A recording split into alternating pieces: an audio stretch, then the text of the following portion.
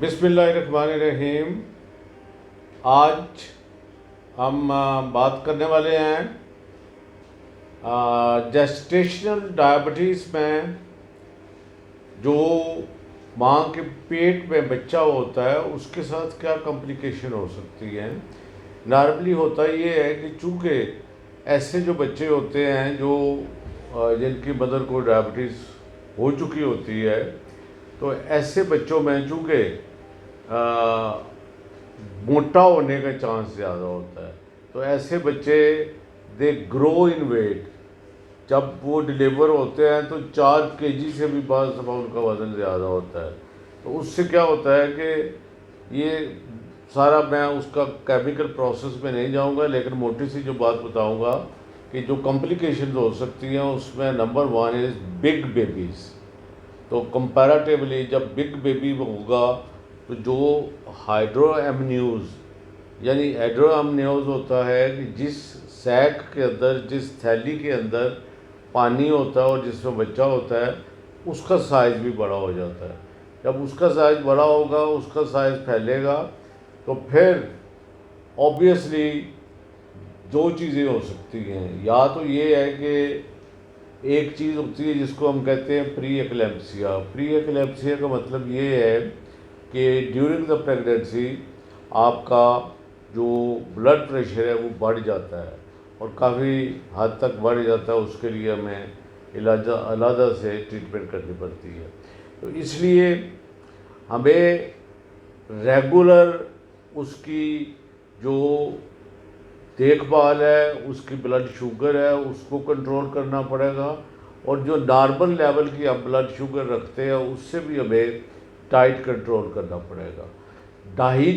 Diet का हमें ख़ास ख्याल रखना पड़ेगा। हम सारी स्टार्ची और कार्बोहाइड्रेट्स वाली जो डायरेक्ट ग्लाइसीमिक इंडेक्स यानी शुगर का लेवल डायरेक्ट बढ़ाती हैं उनसे बचना पड़ेगा। हाँ, फ्रूट की शक्ल में हम ले सकते हैं, प्रोटीन हम ले सकते हैं और फैट्स किसी हद तक ले सकते हैं।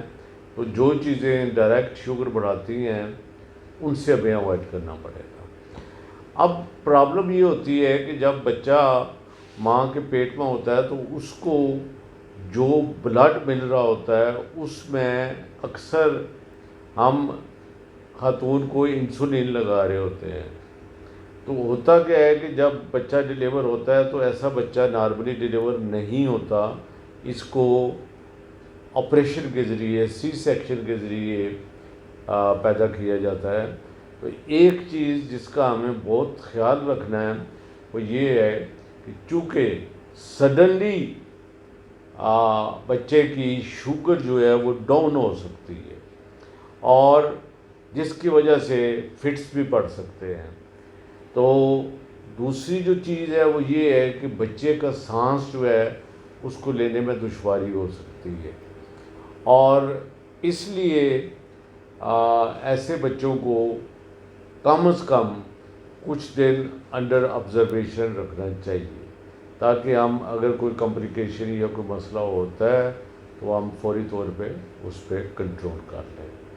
तो मेरा ख्याल है कि सबसे जो अहम मैसेज हम कैरी करेंगे वो ये है कि माँ की शुगर सारे पीरियड में अच्छी कंट्रोल होनी चाहिए।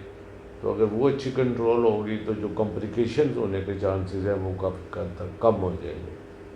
उम्मीद है ये वीडियो आपको पसंद हुई होगी और प्लीज़ इसको दूसरे लोगों तक भी पहुँचाए। शुक्रिया।